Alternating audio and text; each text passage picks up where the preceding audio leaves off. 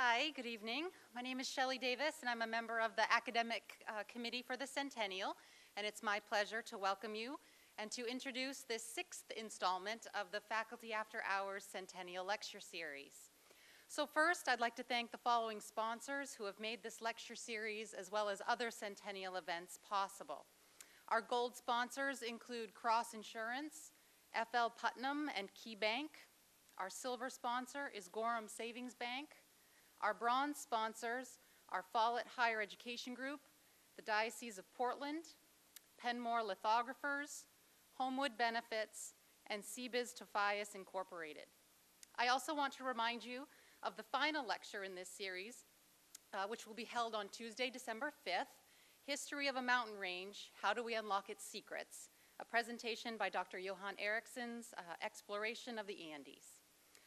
So this evening's event was to feature 2 of St. Joe's fine faculty members, but unfortunately, Nina Eduljee, Associate Professor of Psychology, is unable to be with us tonight. So I will introduce our speaker for this evening. Gail Marchigiano is Associate Professor in the Nursing Department. She is interested in using teaching strategies to help promote critical thinking skills and engaging students in activities that help to develop critical reasoning. And this will be the focus of tonight's presentation. Gail.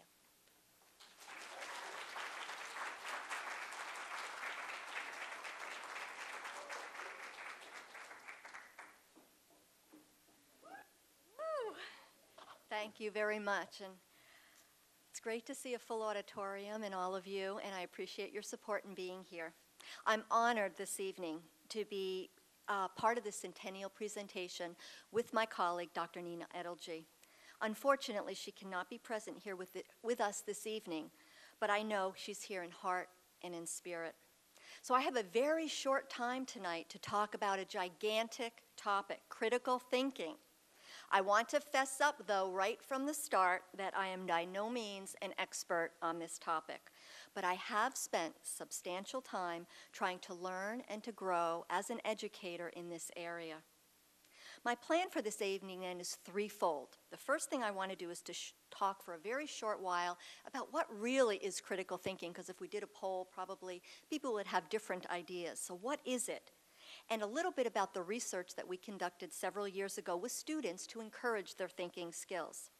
Next, I'd like to hear from 2 of our esteemed colleagues, Dr. Katrina Hoop and Professor Ed Hellenbach, regarding strategies that they've implemented in the classroom with their students to develop thinking skills. And then finally, we'd like to hear from you all in the audience with questions or comments, and particularly would like to hear from some of our students about strategies that have ignited your thinking. Perhaps this will become the beginning conversation for many more, leading the way to a continuing dialogue. So, what is critical thinking really about? Well, the skill of critical thinking is highly valued by educators and teachers, learners, as an educational outcome. However, the meaning of critical thinking is not always clearly understood or consistently defined. Certainly in Western history, critical thinking can be traced back to Socrates and a Socratic method of questioning. And in the 18th century, Kant's critique of pure reason examined the conundrum between pure and empirical knowledge.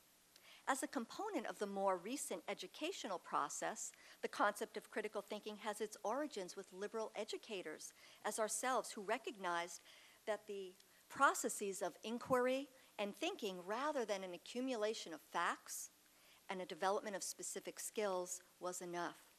Dating back to the early 1980s then, the general ed literature described the need to incorporate critical thinking as a foundation for the educational process. And even more recently, literature acknowledges the relevance of critical thinking in higher ed, with it being incorporated as a core educational outcome for many colleges and universities, including here at St. Joseph's.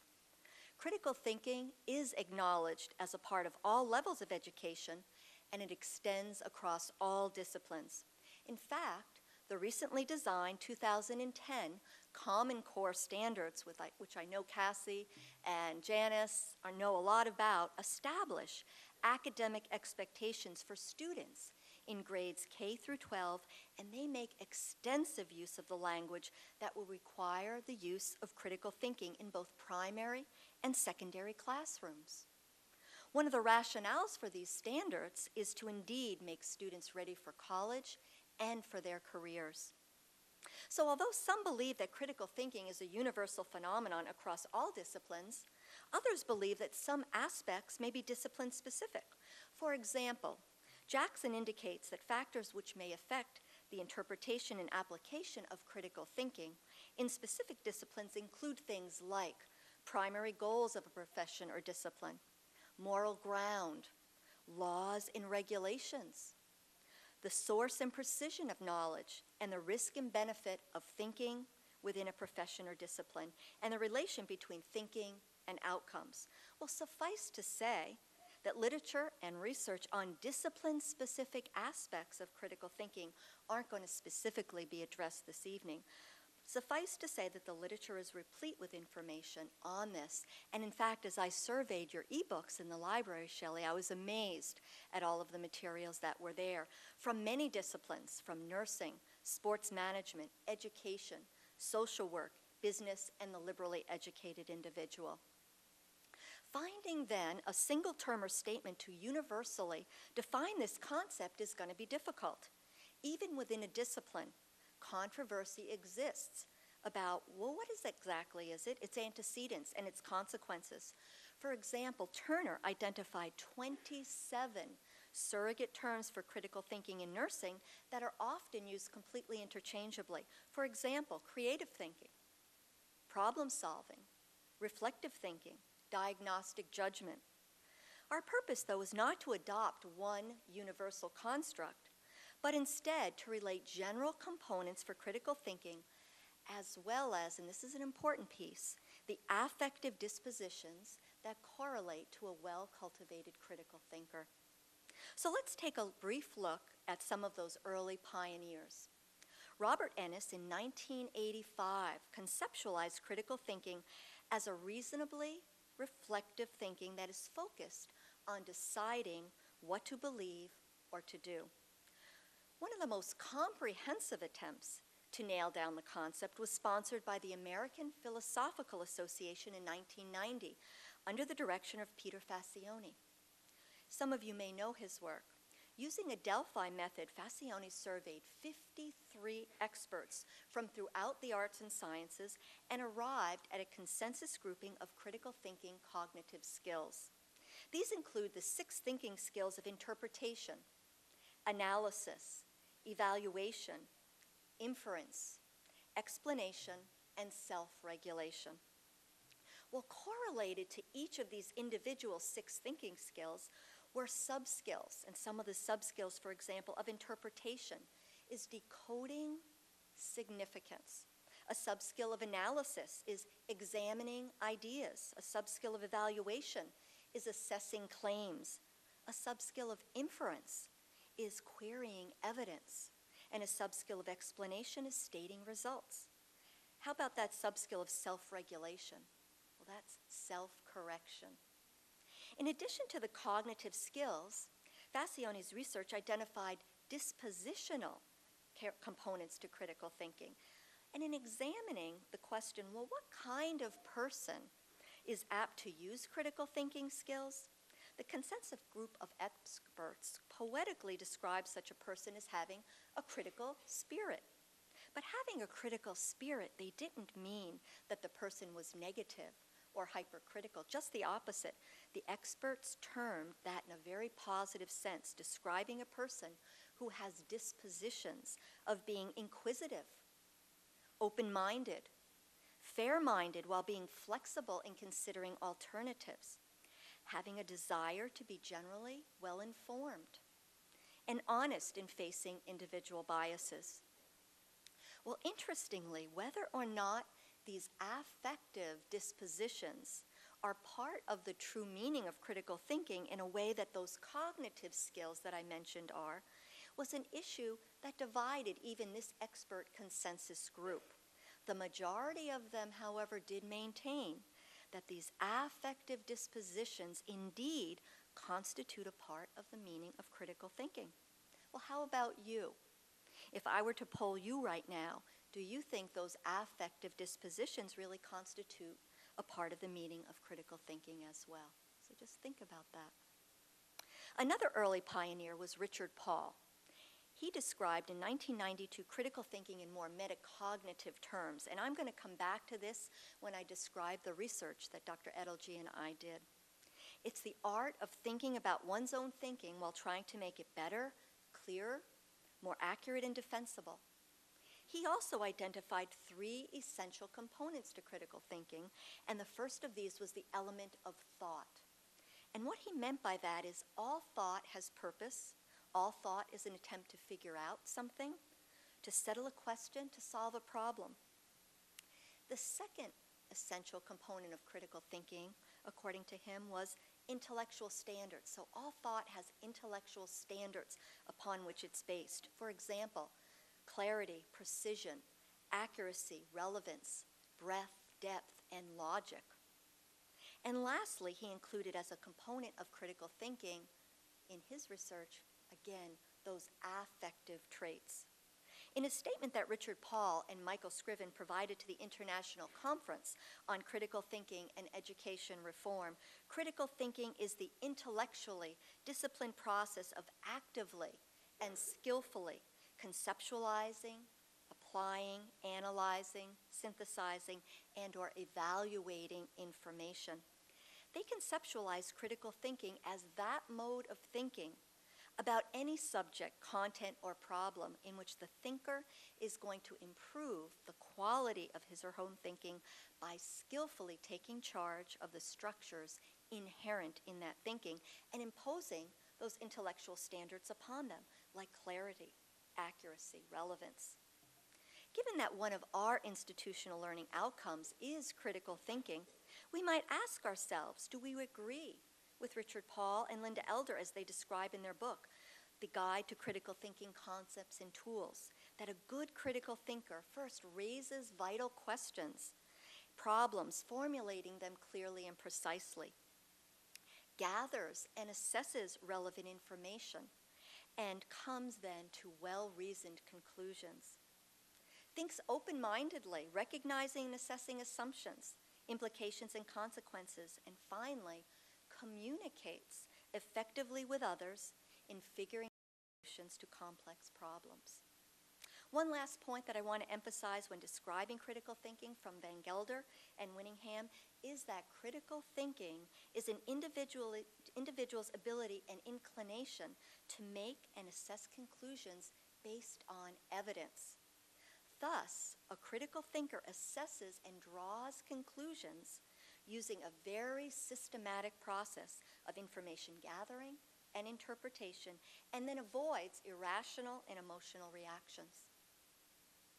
So, after looking a bit about what critical thinking actually is, let's examine what it's probably not. When delving into theories about human thinking and decision-making from the cognitive science, 2 interplaying systems have been identified that function in a very integrative way. One system is more intuitive, it's reactive, it's quick. It may be emotionally driven, while the other is reflective, reasoned, and very systematic, rendering criterion-based judgments. In that first system, the individual relies heavily on facts, intuition, readily associated ideas, and even memories, while in the second system, or system 2 thinking, reasoning is based on a careful analysis, evaluation, explanation, and self-correction. This is the system which we rely on to think through complex, novel, and highly integrative problems. I bet you can think of a situation where you've primarily made use of one system over another as you were thinking about something. Well, let me give you an example of how I applied this type of decision-making in my own work in clinical practice as an intensive care unit nurse. Today I'm caring for a patient in our ICU, and his heart stops pumping. Essentially, it's fibrillating. That means his heart has stopped.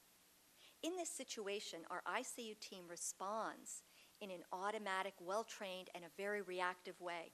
We begin the process of resuscitation that will include an electrical shock, CPR, the administration of very specific meds. We're able to see and react to this situation quickly and effectively, and we know instantaneously what to do. But let's look at another example from a recent experience of mine as well. In this case, it involves the care of a young man in his early 30s who has just had major and extensive surgery. On this day, he's feeling quite a bit of pain. He has been immobile in his bed because of that pain, and he feels short of breath. His heart rate is really fast, too. It's in the 130s. And his breathing is more rapid and labored. Well, are these findings normal and to be expected based on his recent and expected surgery? I have to decide and make a judgment. So I need to interpret data, his assessment, his labs, his diagnostic results.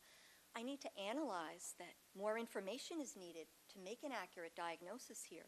I need to communicate effectively with the team in figuring out solutions to this problem. I need to infer that the evidence and his symptoms may be pointing to some serious complications. And I need to evaluate whether the interventions I start to implement are working and whether the interventions make sense and are evidence-based. Well, in this scenario, it sounds more like System 2 is predominating, where critical thinking was really, really essential. Well, each of these two cognitive systems is believed to be a vital decision-making tool. Moreover, each is believed to be capable of functioning to monitor and potentially override the other system. Improving critical thinking and reinforcing those affective dispositions to use those skills, however, is perhaps the best way to develop and refine that System 2 thinking that's required. So how does this translate to me as an educator? Certainly, I convey factual material, right? And I even provide information that requires some memorization, as I see people nod. But more importantly, my objective in the classroom and throughout class activities, clinical experiences, and simulation activities is to pose meaningful questions and provide activities that necessitate thinking about what's happening in this situation. What might these findings mean? Why do you think that? What additional information might we need to collect here? Because of what we know, can we draw a conclusion? Can we make a diagnosis? How might we proceed? What research or evidence is available to be used in this situation? Well, let's look at one more example that Dr. Eduljee provided from James Callett's book, Introduction to Psychology, and some of you may know this story. It reflects the importance of developing and refining System 2 thinking by improving critical thinking skills too. And you'll like this story. It's a lot lighter. The example goes like this, and some of you, as I said, may be familiar with it. Dr. James Callett was a biological psychologist, and he was watching this Discovery Channel documentary about elephants, where the narrator discussed the amounts of food that elephants eat in a day, and indicated that the average elephant passes enough gas to propel a car 20 miles. All right? Well, Dr. Callett, as I'm sure many of you are, was amazed at that finding, and he told a couple of people about it, as I'm sure you will. After thinking about it rationally, he started to question the finding. Who measured the gas? How did they measure it? Did they attach a balloon to the elephant to see how far it would go? All right. What kind of car was it? And I personally wondered that. Where was the evidence that this was at all true? Well, as Dr. Callett pondered on these questions, the more he thought about it, the more he doubted the claims. And he goes on to say that while he teaches his students to question assertions and evaluate evidence, he was doing exactly the opposite. As he indicates, all of us yield to the temptation to accept unsupported claims, and we need to discipline ourselves to question the evidence before us. So just to recap for a minute, critical thinking is not a matter of accumulating information or reacting spontaneously or intuitively. It does not entail unsupported claims without examining ideas or querying evidence. And it's also more than employing that age-old tenet of questioning where one answer is the right answer. Think for a moment about this question, and I may ask one of you. What time do they serve midnight buffet?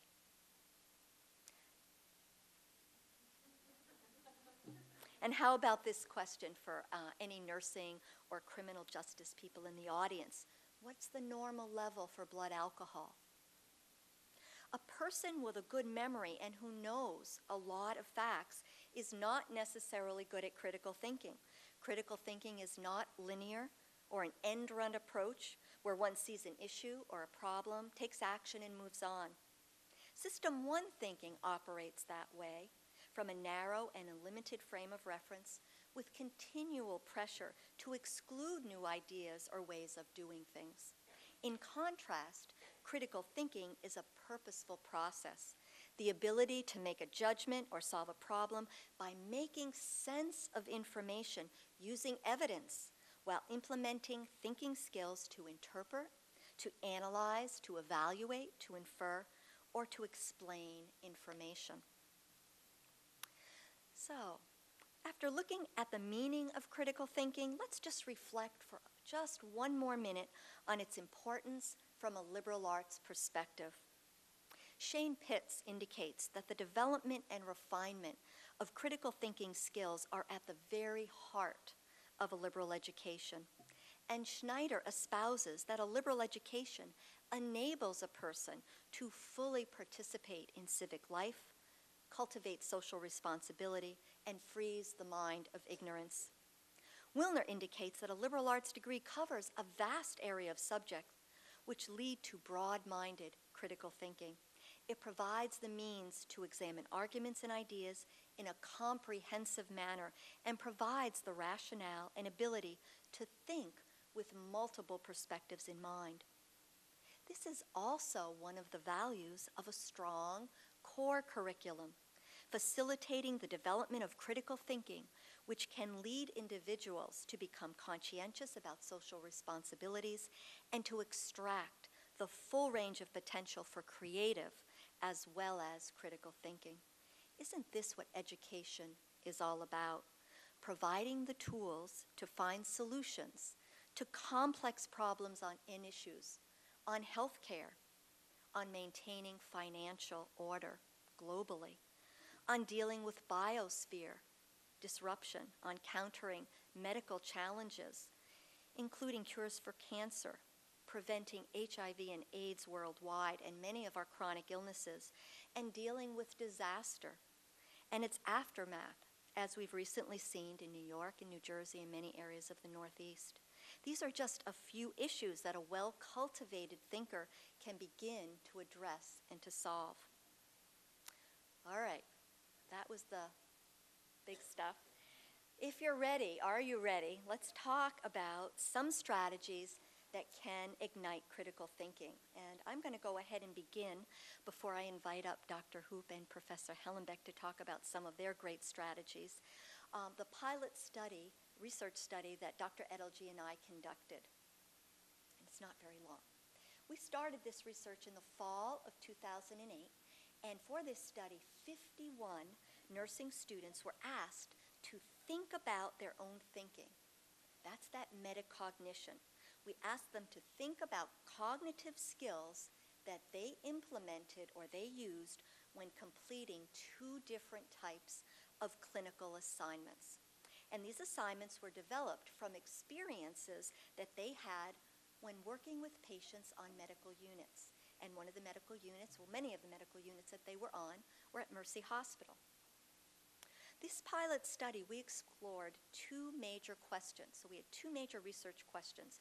What were the students' perceived levels of competence for using thinking skills when developing or creating a written care plan in a journal? So that was our first question that we wanted to answer. And then secondly, did students note a difference between the 2 formats in relation to promoting and using their thinking skills? So just for a little bit of background information for those of the non-nurses in the room that want to know what is a care plan assignment, well, I'm going to tell you.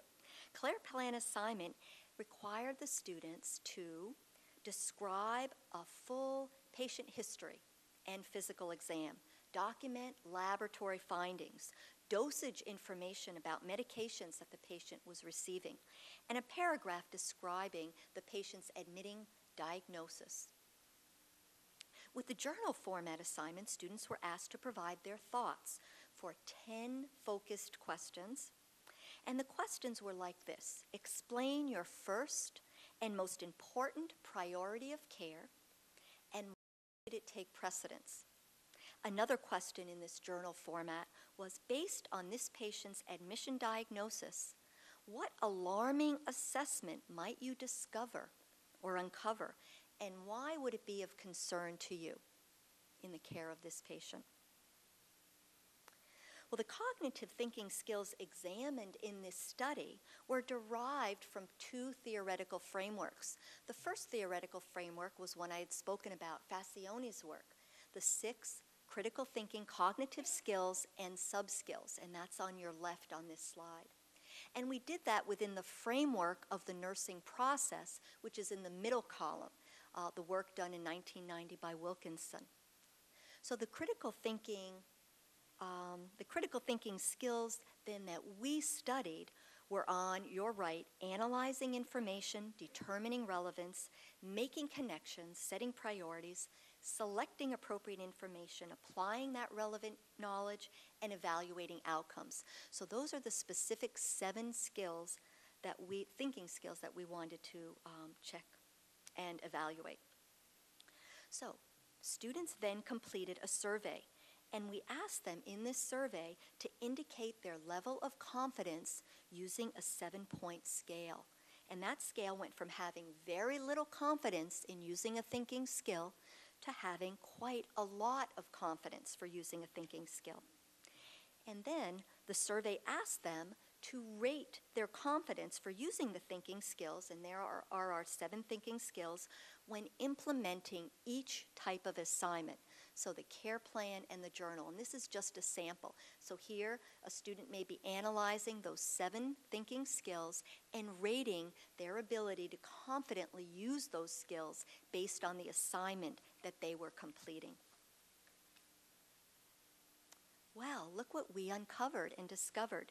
What we found that students found was that greater confidence, a lot more confidence in completing the journal format for 6 of the 7 thinking skills. But the only exception was setting priorities. Each of the 6 thinking skills had p-values that were significant. Therefore, in this pilot study, nursing students were more confident and effective in utilizing and making more confident in using these when developing a journal format. So in other words, with this format, they felt as though they could use their thinking skills more. And we've now been implementing this type of assignment in our junior nursing course for the past several years. So what can we glean from this research project? Well, first off, asking students to think about their thinking as a pedagogical strategy may promote critical thinking and better clinical reasoning. Secondly, devising assignments that foster critical thinking may also increase the effectiveness of our instruction. And lastly, discovering new and different ways to promote critical thinking for clinical reasoning may help nursing students to think on their feet, especially when working with clients and consumers of health care. And we're doing more with this now in relation to simulation. We're hoping research will come out of that, and really, again, other opportunities to foster critical thinking.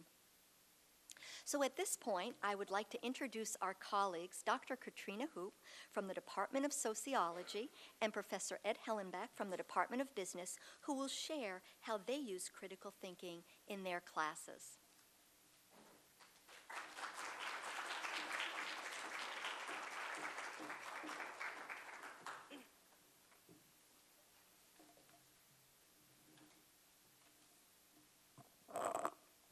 Thank you for all coming. As a professor of sociology, one major goal in my classes is to help students learn how to think sociologically. Specifically, this is about understanding the role of the individual or one's own personal biography within a historical and social context. In short, the relationship between the individual and society. This way of thinking can be hard. We don't naturally develop a sociological perspective, so we have to train ourselves to think this way. I often start a class by posing the following question to students. Why do you think the way that you do? I would argue that critical thinking is embedded in the process of thinking sociologically. It requires reflective, self-corrective, purposeful thinking that is an ongoing process. I want to share with you a classroom project that I require of my students, but first, if you feel comfortable, please raise your hand as I pose some questions. Is there anyone here who doesn't own a cell phone or a handheld gadget of any kind? Okay. Raise your hand if you have a cell phone, but it's one of those really basic cell phones that just makes calls. Is there anyone here who doesn't have a social profile, Facebook, MySpace, doesn't have a profile? Okay. So for those of you who have a smartphone or a fancier phone or a profile on a network, on a social networking site, I want you to just think about how much you use it. So in a typical day, how many of you spend up to 13 minutes checking it or communicating with it? Up to 30 minutes. Anybody more than 30 minutes? Up to an hour? 2 hours? 3 hours? Okay. Think about your texting. How many people text up to 50, let's say 0 to 15 texts a day? More than up to 30 texts a day? 50? 100? More than 100? Okay. I was looking for patterns here, and perhaps some based on generational differences, but really more importantly, I wanted to highlight the prevalence of technology and social networking in our society. I'm not surprised by the number of hands raised. A recent study showed that 75% of millennials have a profile on a social networking site, and among my students, all had some kind of handheld device, and the average number of texts that they exchanged a day was 75. So given this reality, I decided I would create an assignment that would require students to reflect on how they use technology and how they communicate in their lives. One course I teach is the development of sociological thought. This course covers the history of sociological theories and major contributions to the field, major concepts, ways of approaching a topic. And in this course, I give the following assignment, the Technology Fast Challenge. For 72 hours back to back, I ask students to avoid using the phone or their gadget for 72 hours back to back, unless it's an emergency, no texting and no checking their social profile. So, no cell phone or gadgets, no Facebook, no texting for 3 days. So I also provide a series of prompts. These prompts require critical reflection on the students' experiences and are central to the challenge. Over the 3 days, I asked students to journal about the challenge and to write a formal paper at its conclusion. I first asked students about preparing for the project. What did you need to do to start this project? Did you need to notify anybody? Who? What did you say? How did they respond? Next, I asked them to write about how they feel over the 3 days of their fast. Does it get easier or harder with time? When do you feel the urge to use it? Then I ask about behavior. Does this project change your behavior in terms of how you communicate, and if so, how? After discussing more individual level questions, I ask more sociological questions on a larger scale. Compare your situation in terms of communication to someone living 150 years ago. How would it be the same, different? Why? What does this experience say about you, your society, your personal biography, the historical time period in which you live? And finally, I work to tie their experiences of the course readings and material. What kinds of questions does your experience raise that a sociologist might be interested in? which social theorist ideas and concepts could be applied to your experience and how. So the technology fast assignment starts with an individual experience. The elaborating questions are deliberate and model critical thinking. They require students to reflect, evaluate, and probe their assumptions, and apply ideas or concepts. We discuss these questions in class as well as the experience itself. As students grapple with applying sociological concepts and understanding their lives within a social context, I believe that their sociological perspective, and with it the skills of critical thinking, is honed. Thank you.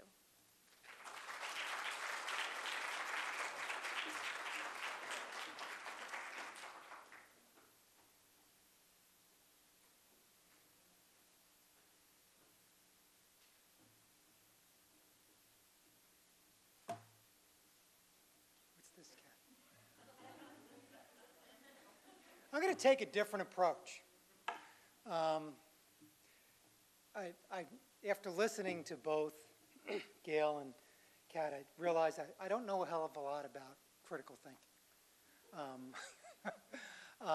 But I do know what you're going to need for when you get out in the environment. Yeah, we have a whole bunch of students here, and you're going to be faced with the most competitive job environment this nation has ever experienced. And it's not going to get any better. You're going to suffer from relentless competition. Jobs that before were unautomated will be automated. And you're going to have to add value when you go out there. And one of those areas where you need to add value is in critical thinking.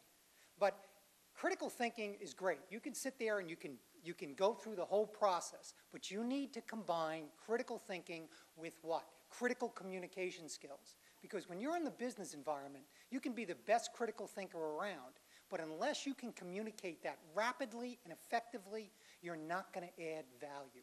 So when I approach critical thinking, I say, you have to apply everything that was just said, but you're also going to have to do it in a group setting. Rarely now in business is there a lot of time to do a bunch of analysis, to read reports in depth, and then go through it a million times. You're going to be working very quickly. You're going to be working very fast. Many of you won't like it, but that's a fact. You're going to have to deal with it. And so you're going to have to be able to communicate and think critically very quickly and on your feet. Now, that's a tough thing to do. All of that stuff is tough. But if you're going to be successful, you're going to need to acquire those competencies. Now, what are some of the things that you're going to need? No, well, number one, in order for you to think critically in that environment, you're going to need to listen. You need great listening skills. How many of you are great listeners? Oh, hey, we got a couple of people. Rarely do people raise their hand for that, because I think that's one of the things that's what? Missing from most of it. And I'm right here. Man, you got it, right here. Can I be a listener? You bet. Just speak to some of my students. But there's something called inquiry and advocacy. The inquiry part is what? Trying to listen to the person's other point of view. That's part of critical thinking. The inquiry, what is the person talking about? What are their points? What's their data? And then you analyzing it, making inferences, and then doing what? Then advocating a position. Inquiry and advocacy. But you're going to have to do that quickly. When you're in a meeting and you're debating an issue that has to get done that day, you're going to have to go through that process quickly and qualitatively. It's going to be a core competency that you'll need in order for you to generate value. Now, when I take a look at what do I try to do in the classroom, and I want to tell you, it's all about trying, because it's tough. It's hard. This stuff is hard to do. One of the things that you need to be able to do, and what I need to be able to do as a teacher in a much better way, is to create an open environment. An open environment in which people feel what? Very comfortable in expressing their opinion. That's from a leadership perspective if you're at a meeting. But there's also part of it for you where you need to what? Step up to the bar. If you have an opinion, you need to be able to express this. You need to be able to have that skill, to have that confidence. So it's a combination of what the leadership is, what the group is, and what are your responsibilities. And don't forget, you have a responsibility to do that, to express your opinion. Yeah, I'll tell you, within our school, there's a person who's a great role model for listening. How many of you have had Walter Ludwig? Awesome. Awesome listener. Awesome listener. Because he will say what? You'll ask him a question, and here's Walter. You know, I need to think about that. How many of you know of any professor that does that besides him? We're willing to what? We got a ton of opinions, and we'll cart them out any old time. Doesn't mean they're good. Doesn't mean they're good. Now, the other thing is that when in the classroom, and once again, I try to do this as much as I possibly can, if I'm going to present something, I better come with a little bit of data. A little bit of data. I better know a little bit about what I'm talking about. And if, for example, for you setting an example as a leader within an organization or to your peers, if it's an opinion, say it's an opinion and you don't have any data. It's just what I feel. Is that critical thinking? Sure it is. And you're laying it out there. This is just the feeling. A lot of good decisions have been made instinctually. But be able to say that you don't have any supporting data. That'll open up the conversation. It might sponsor other people to bring data to that. And I'm just thinking, you know, because you guys, you need these skills, and I'm thinking about what do I do in the classroom by trying to call on people. In my classes, I mean, you get called on. You don't raise your hand. You get called on. And one unacceptable answer is, I don't know. Because in business, your boss sits there and says, well, Catherine, what do you think of this? Well, Catherine Carter, if she's in that meeting, she can't say, well, I really don't know. You know, I just came here and I really just wanted to go to the meeting and not do anything, right? She's going to what? Have to express an opinion. She needs the confidence to do that, and hopefully when she does do that, she'll also bring some data that'll sponsor in-depth discussion and also other people's opinion and perhaps other levels of information.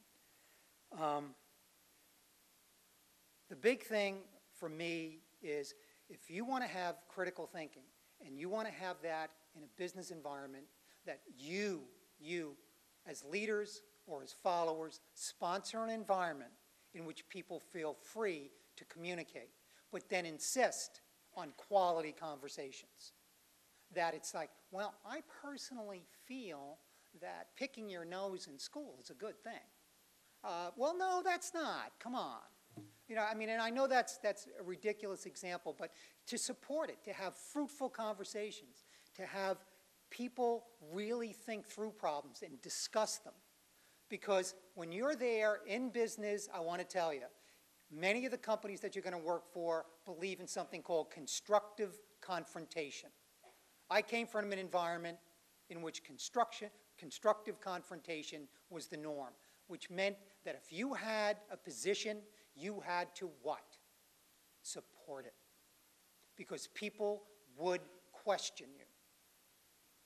And many of you are going to be in those positions, and you need to acquire those skills. So I'm coming at critical thinking from the standpoint of being able to think through a problem, being able to communicate it, then facilitate it in a group so you come up with what? A really good decision. And for you people who are going out into this competitive environment, this is a competency that will add value. It'll help you to be successful, not just in a job, but in your life. So, and it's, by the way, it's also skills that I need to improve on. So think about it from that perspective. Thank you.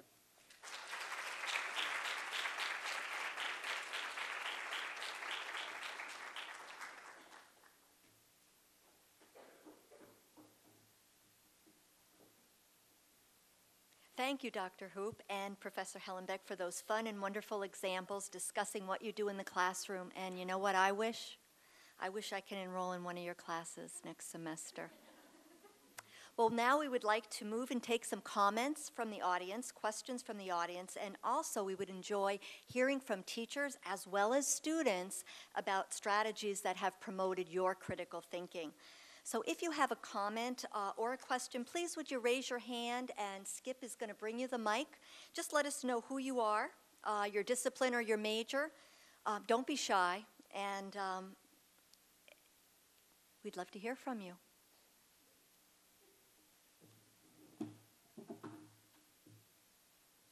Got my stoop back.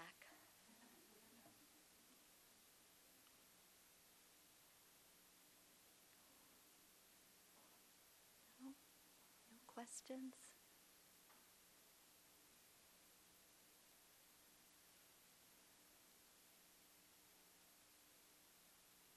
Anybody? Okay.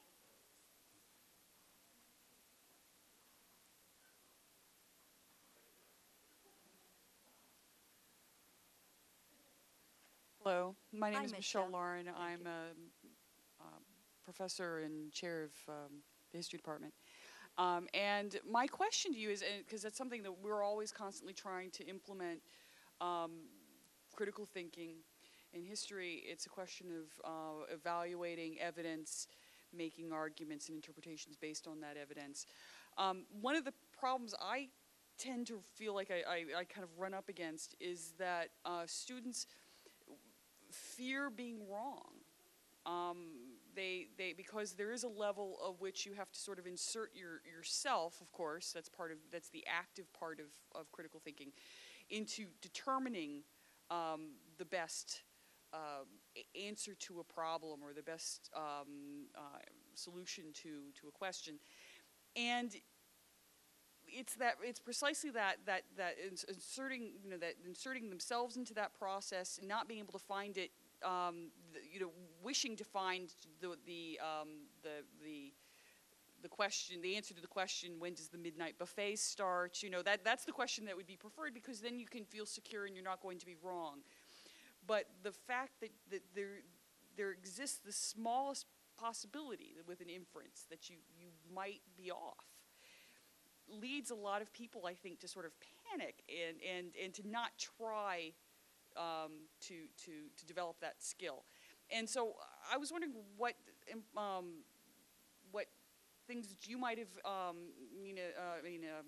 Gail, implemented in the classroom, or for that matter, Katrina Hooper or Ed Hellenbeck. How do you encourage someone to develop into that space where they have to sort of grow into having a confidence level with critical thinking? Thank you. Well, again, there's a great TV show on where you can poll the audience, or you can call a friend, or 50-50. And I'm certainly not the one that's going to provide all the right or wrong answers. I can tell you a little bit about what I do, but would love to hear strategies from other educators in the audience. I think having an environment, Michelle, to answer your question, where no answer is a wrong answer, for me, is what I do. Make a student feel comfortable with whatever they say is okay because they're thinking, and then raise more questions. And not feeling like one answer is always the right answer or the wrong answer, but discussing what are possibilities. Does anybody want to add to that?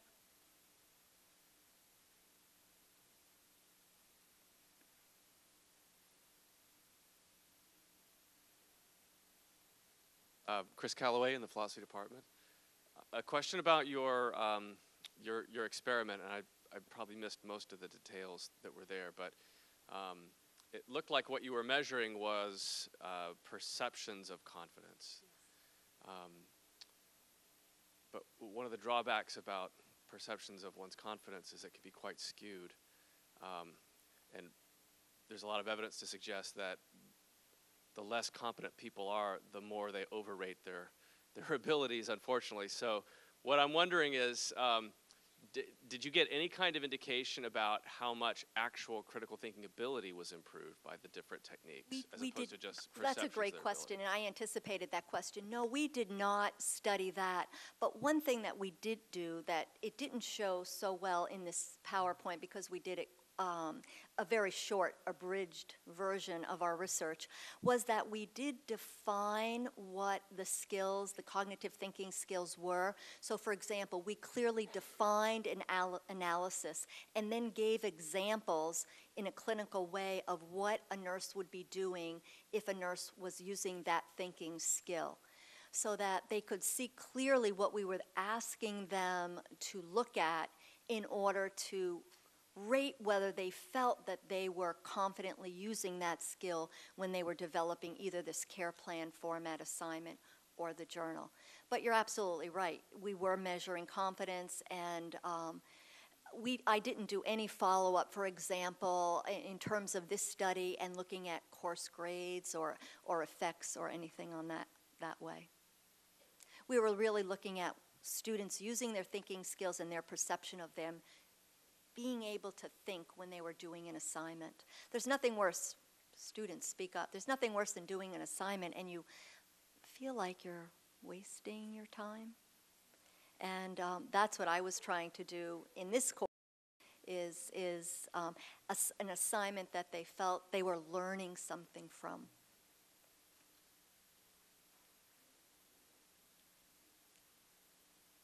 There's a lot of nursing students in the audience, and you certainly can comment about the assignment if you want to. Wow. Because they're all doing it. Hi, Ruth.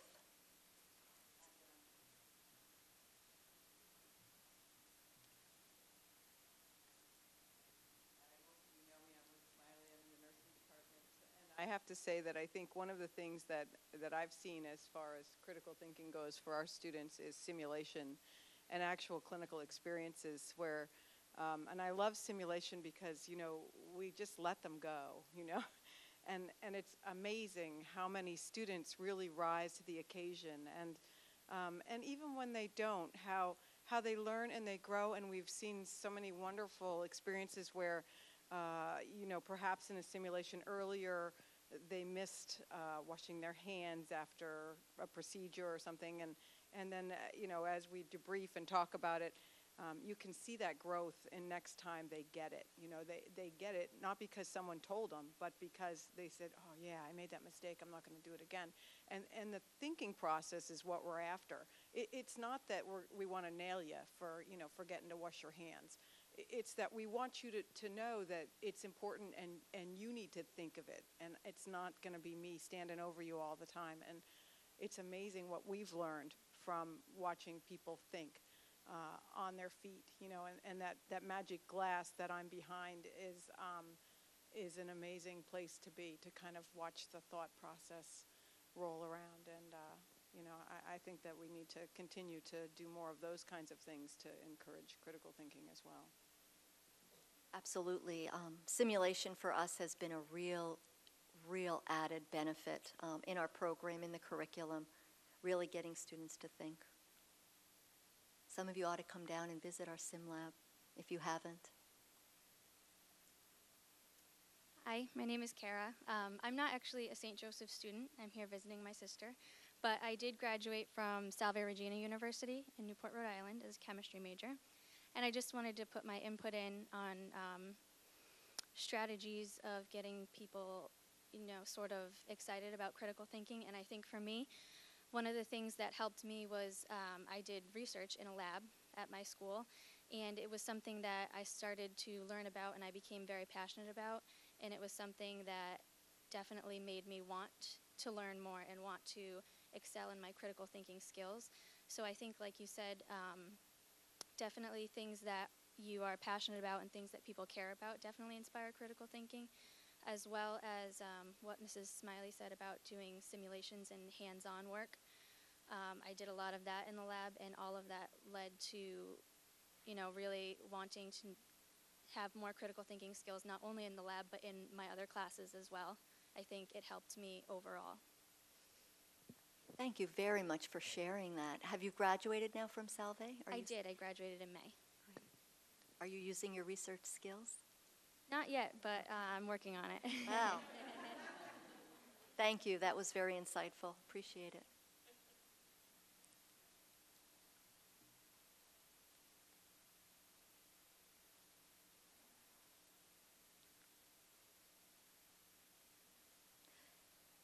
Okay, I just want to then take a quick minute to extend some appreciation to all those involved with this presentation.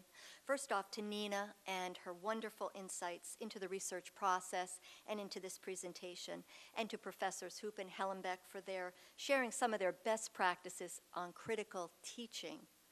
I'd also like to thank Jim, my better half, for being so supportive of me over the last month or so, listening to what I was doing and helping me. To the Centennial Committee for their work and support and efforts, and to Skip Williamson. Skip has worked tirelessly to help with all the technical details, the rehearsals, my emails, etc. He's really given a lot of extra time, and I appreciate it. And lastly, and most importantly, thanking all of you who came tonight for taking time out of your busy schedules, your studying. My nursing students who came to support me, I really am so very appreciative for that. And certainly this validates the importance of this topic, and hopefully we'll have many, many more conversations to come about it. Thank you. And Bon Appetit has prepared some decadent stuff for you, really, really good, from cotton candy to candied apples. So enjoy.